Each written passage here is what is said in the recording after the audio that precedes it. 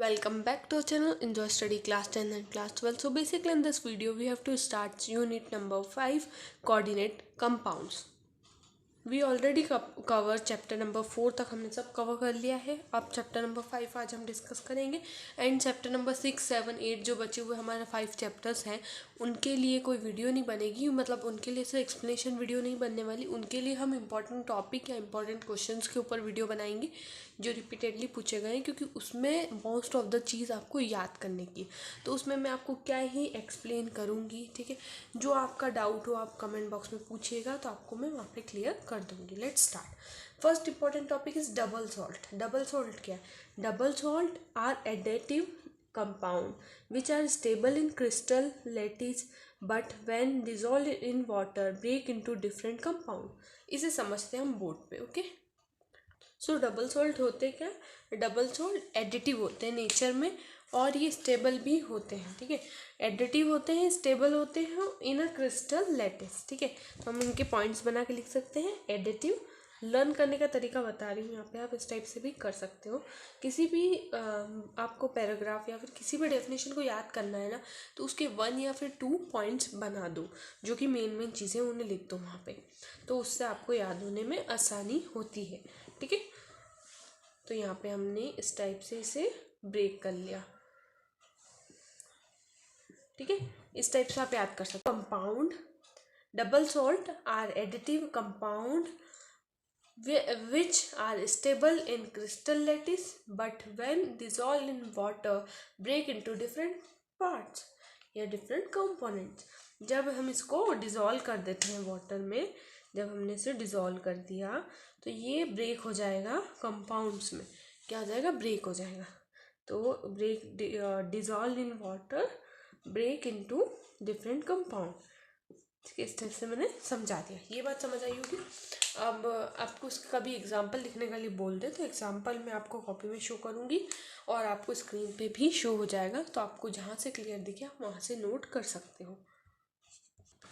This is an example. Okay, note it down, या फिर आपको नोट्स में भी ये शो हो जाएगा. तो मैं करती ही हूँ और आपको नोट्स तो एक अलग से मिलेंगी सही, बट आपको जो भी है बेसिक आप वो चीज़ से पढ़ लीजिएगा, समझ लीजिएगा, या फिर आपको जब नोट्स मिले जब भी आप कर सकते हैं. और अब चैप्टर नंबर 5 कंप्लीट होने के बाद हम पांचों चैप्टर को मैं कम्युनिटी टैब पे भी डालने वाली हूँ और दोनों पांचों की वीडियो भी बनाने वाली हूँ. आई थिंक वीडियो बनाऊँगी तो आपको इन्फॉर्म हो जाएगा, बाकी कम्युनिटी टैब पे तो डलते ही रहता है. ठीक है, लेट्स स्टार्ट. हमारा इंपॉर्टेंट टॉपिक अब है complex salt. Complex salt, wait, complex salt क्या होता है? The compound in ligands, the compound in ligands with ligand with lone pair electron are linked with any metal atom or ion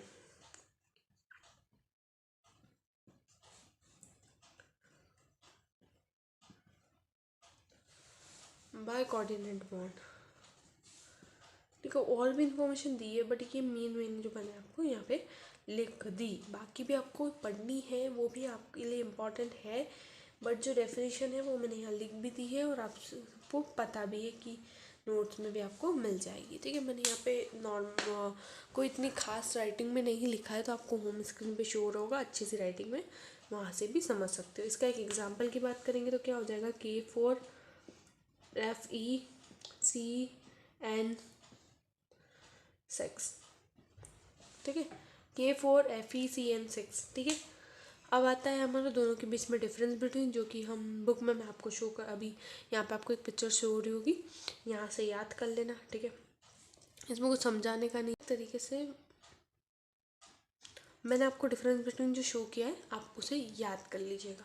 let's come to next topic. ठीक है, जो topic समझाने के लिए उस पर टाइम वेस्ट नहीं करते उसको मैं आपको होम स्क्रीन पे शो कर दूँगी. 1 शॉट में ट्राई करेंगे इसको कंप्लीट करने का.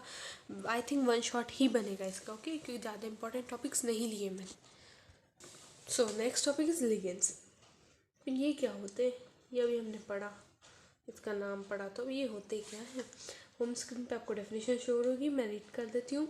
Any atom, ion, molecules which can denote electron pair to central ion and form coordinate bond are called ligands. मतलब ऐसे कुछ एटम, आयन, मॉलिक्यूल जो कि डोनेट कर सके इलेक्ट्रॉन पेयर किसी भी सेंट्रल आयन को और वो बना ले कोऑर्डिनेट बॉन्ड, उसे हम लिगेंड्स बोलते हैं। ठीक है, ये देखिए मैं मेन डेफिनेशन आपको होम स्क्रीन पे शो कर रही हूँगी। कुछ बची हुई चीज़ें भी रहती है तो वो नोट्स के में जब आएंगे आपको नोट्स के अंदर सब चीज़ें लिखी हुई मिल जाएगी। और नोट्स मैंने यहाँ पे रख रखे हैं कि मैं उसकी रेफरेंस से ही आपको बताऊँ, कुछ भी उससे अलग चीज़ ना हो कि आपको कन्फ्यूजन क्रिएट हो।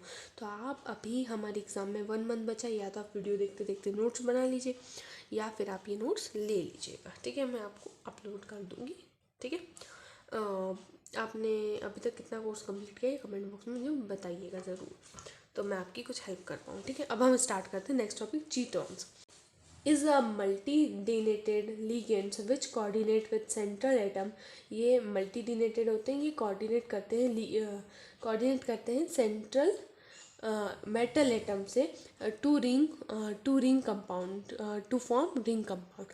ये इसलिए मतलब ये इसलिए कोऑर्डिनेट करते हैं कि ये एक रिंग कंपाउंड फॉर्म कर ले, और द प्रोसेस इज कॉल्ड चीलेशन। ठीक है, इसका एक एग्जांपल है जो मैं आपको अभी यहाँ पे ड्रॉ करके दिखा दूंगी, वो आपको होम स्क्रीन पे शो नहीं होने वाला, तो उसे साथ में ही बना लीजिएगा। अब आती है इसकी इंपॉर्टेंस की बात, तो ये सॉफ्टिंग होती है, ये काय के काम आते हैं, तो ये सॉफ्टनिंग ऑफ हार्ड वाटर के काम आता है। They use for separation of lanthanides and actinide. ये हमने लास्ट वीडियो में इसके बारे में पढ़ा था, तो वहाँ से आप समझ सकते हैं। तो ये सॉफ्टनिंग ऑफ हार्ड वाटर के काम आता है। They use for separation of lanthanides and actinide. ये हमने लास्ट वीडियो में इसके बारे में पढ़ा था, तो वहाँ से आप समझ सकते हैं। In quantitative analysation for detective of some elements.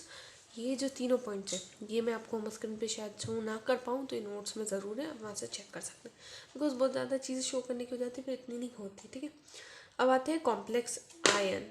ठीक है, कॉम्प्लेक्स आयन होता क्या है, सॉरी हमें पहले चिलेट्स के डायग्राम देखने। ओके, तो diagram note diagram example. Okay, तो हम एग्जाम्पल देख लेते हैं एंड इसे प्रिपेयर कर लेना। 3 साल पूछा गया है, 2009, 2010, 2013, और मुझे नहीं लगता कि आपको इतना ज़्यादा मार्क्स कैरिंग टॉपिक आपको छोड़ना चाहिए, तो इसे पढ़ लेना। आई थिंक आपको विजिबल होगा, थोड़ा सा यहाँ पे कभी कन्फ्यूजन हो रहा है तो नोट्स में ये पूरा आपको मिल जाएगा। इसके बाद आता है complex ion. Complex ion is an electrical charge radical और carrying neither positive or negative charge, in which the central metal ion is surrounded through coordinate bond by suitable number of ligands, neutral molecule और negative ion। एक complex ion एक electrically charge radical होता है या species बोल दो, जो carry करता है पॉजिटिव नेगेटिव चार्ज, या तो पॉजिटिव करता है या तो नेगेटिव, वो उसके पे डिपेंड करता है। In which central metal ion is surrounded, और जो सेंट्रल मेटल रहता है वो सराउंडेड रहता है कोऑर्डिनेट बॉन्ड के bye suitable number of ligands, और जो लिगेंड्स होते हैं वो न्यूट्रल या फिर न्यूट्रल मॉलिक्यूल होते हैं या फिर नेगेटिव आयंस होते हैं। Next important topic is coordinational number of ligand which are directly linked with central metal और आयन बाय कोऑर्डिनेट बॉन्ड और कोऑर्डिनेट नंबर वो होते हैं। ठीक है, जो कि लिंक्ड होंगे विद सेंट्रल मेटल के साथ। Number of ligands which are directly link with central metal या फिर मेटल आयन, काय के थ्रू, कोऑर्डिनेट बॉन्ड्स के थ्रू। ठीक है, इसके एग्जांपल्स भी आपको नोट्स में मिलेंगे।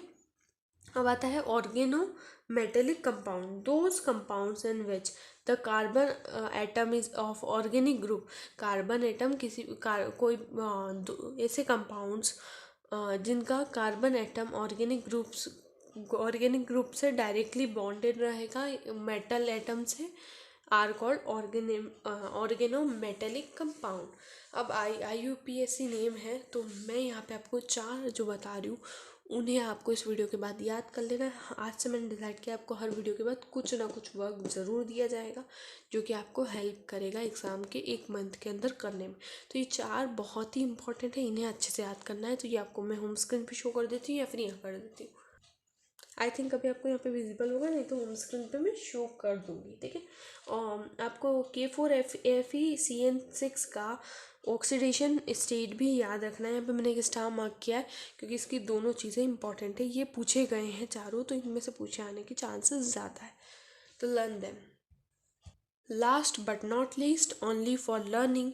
यहाँ पे मैंने जो छोटे छोटे पॉइंट बना के लिखे हैं सिर्फ याद करने के लिए, इनके बड़े बड़े पॉइंट से मैंने 4 यहाँ पे छोटे छोटे पॉइंट बना के लिख दिए कि आपको जल्दी याद हो जाए। बाकी इन्हें आप सेंटेंस में कन्वर्ट खुद कर सकते हो। प्राइमरी वैलेंसी क्या होती है? डॉटेड लाइन होती है, आयनाइजेबल होती है, आयनिक वैलेंसी होती है, नेगेटिव आयन होते हैं।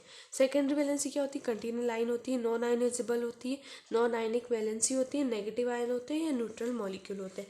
That's all for this video. Video अच्छी लगा लाइक कर देना, अपने किसी भी फ्रेंड्स के साथ शेयर कर देना क्योंकि उनकी भी हेल्प हो जाएगी। That's all for this video.